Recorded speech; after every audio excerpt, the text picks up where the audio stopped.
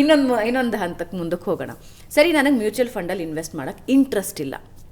ಬಹಳಷ್ಟು ಜನರಿಗೆ ಈಗಲೂ ಭಯ ಇದೆ, ತುಂಬ ಜನರಿಗೆ ಭಯ ಇದೆ, ನಾನು ಇನ್ವೆಸ್ಟ್ ಮಾಡಲ್ಲಪ್ಪ, ಬೇರೆ ಏನಾದರೂ ಇನ್ವೆಸ್ಟ್ಮೆಂಟ್ ಮಾಡಿ ಅಂತ ಹೇಳಿದ್ರೆ ಟ್ರೆಡಿಷ್ನಲ್ ಒಂದು ಗೋಲ್ಡು ಇವಾಗ ಇಲ್ಲ ಸೈಟ್ ಮಾಡಬೇಕು ಅಂದರೆ, ನಾನು ಬೆಂಗಳೂರನ್ನ ಬಿಟ್ಬೇಡ, ನೀವು ಈಗಾಗಲೇ ಹೇಳಿದ್ರಿ ಸೈಟ್ ಮಾಡಬೇಕು ಅಂತ ಹೇಳಿದ್ರೆ ಏನು ನೋಡಿ ಸೈಟ್ ಮಾಡಬೇಕು ಅಂದರೆ ಏನು ಗಮನದಲ್ಲಿ ಇಟ್ಕೋಬೇಕು ಸೈಟ್ ಇನ್ವೆಸ್ಟ್ಮೆಂಟ್? ಎನಿ ಸಿಟಿ ಆಯಿತು. ಇವಾಗ ನೋಡಿ, Tumakuru proximity to the big city ಯಾವುದಿದೆ ನೋಡ್ಕೊಳ್ಳಿ.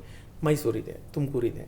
ಇಲ್ಲಿ ಬೆಂಗಳೂರಿಗಿಂತ ಅರ್ಧ ಅಥವಾ 30-40% ಇದೆ. ಈಗ ಬೆಂಗಳೂರಲ್ಲಿ 100 ರೂಪಾಯಿ ಆದರೆ ಪದಾರ್ಥದ ಮೌಲ್ಯ ಅಲ್ಲಿ 30-40 ರೂಪಾಯಿಗೆ ಸಿಗ್ತಾ ಇದೆ ಸೈಟು ಅಂತ, ಅಥವಾ 50 ರೂಪಾಯಿ ಅಂತ ಇಟ್ಕೊಳ್ಳಿ.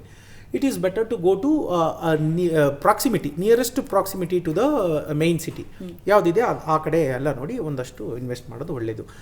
ಬಿಡದಿಲ್ಲಿ ಮಾಡೋದಕ್ಕಿಂತ ನೀವು ಆ ಥರ ಯಾವುದೋ ಬೇರೆ ಊರಲ್ಲಿ ಮಾಡೋದು ಉತ್ತಮ. ಅಂದರೆ ತುಮಕೂರಲ್ಲಿ ಮಾಡೋದೇ ಉತ್ತಮ ಬಿಡದಿಗಿಂತ. ಯಾಕಂದರೆ ಆ ಬಿಡದಿ ಅಥವಾ ಆ ಬಿಡದಿ ಮುಂದಕ್ಕೆ ಹೋಗಿ ಅದು ಬೆಳೆಯೋದು, ಆಮೇಲೆ ನೀವು ತಿರ್ಗಿ ಬೆಂಗಳೂರಿಗೆ ಬರಬೇಕು, ಅದು ಹಿಂಸೆ ಆಗುತ್ತೆ. ಅದರ ಬದಲು ಅಲ್ಲೆಲ್ಲೋ ಮಾಡಿ ನೀವು ಸಿಟಿ ಸೆಂಟ್ರಲ್ಲಿ ಇದ್ದು ಓಡಾಡೋದು, ಕೆಲಸ ಬದುಕು ನೋಡ್ಕೊಳ್ಳೋದು ಉತ್ತಮ.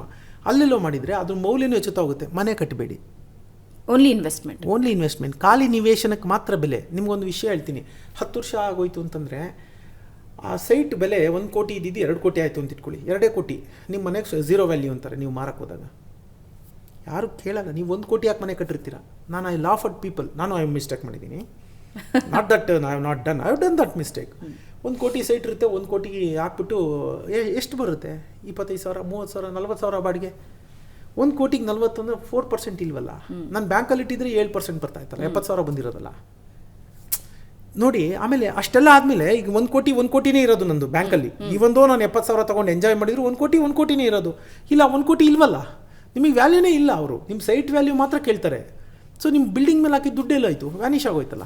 ಸೊ ನೀವು ಕಟ್ಟಕ್ಕೆ ಏನು ಮಾಡಿದರೆ ಎಲ್ಲನೂ ನಿಮಗೆ ಅಂತ. If it is your primary house, ನೀವು ಬದುಕಕ್ಕೆ ಅಂತಿದ್ರೆ ಆ ಮನೇನ ಕಟ್ಟಿ. ಬಾಡಿಗೆ ಕೊಡೋಕ್ಕೆ, ಇನ್ವೆಸ್ಟ್ಮೆಂಟ್ಗೆ ಅಂತ ಮನೆ ಕಟ್ಟಿದ್ರೆ ಅದು ದಡ್ಡತನ. ದಯವಿಟ್ಟು ಆ ದಡ್ಡತನ ನಾನು ಮಾಡಿದ್ದೀನಿ. ಐ ಆಮ್ ನಾಟ್ ಸೇಯಿಂಗ್ ಯಾರು ಜನಕ್ಕೆ ಹೇಳ್ತಾರೆ ಅಂತ. ನಾನು ಮಾಡಿದ್ದೀನಿ, ನನಗೂ ಗೊತ್ತಿರಲಿಲ್ಲ. I have learned, I have evolved as A human being. ಏನಂದರೆ ನಾವು ಇದನ್ನೇ ಸರಿ ಅಂತ ಕೂತ್ಕೊಳ್ಳೋಂಗಿಲ್ಲ. ಕಾಲಕ್ಕೆ ತಕ್ಕನಂಗೆ ಅದು ಹೇಳ್ತೀನಿ, ಹಣಕಾಸು ವ್ಯವಸ್ಥೆ ಹೆಂಗೆ ಅಂದರೆ ಗಳಿಗೆಗೂ ಇಲ್ಲಿ ನಿಯಮಗಳು ಬದಲಾಗ್ತಾ ಇರುತ್ತೆ. We are participating in some game without knowing the rules of the game.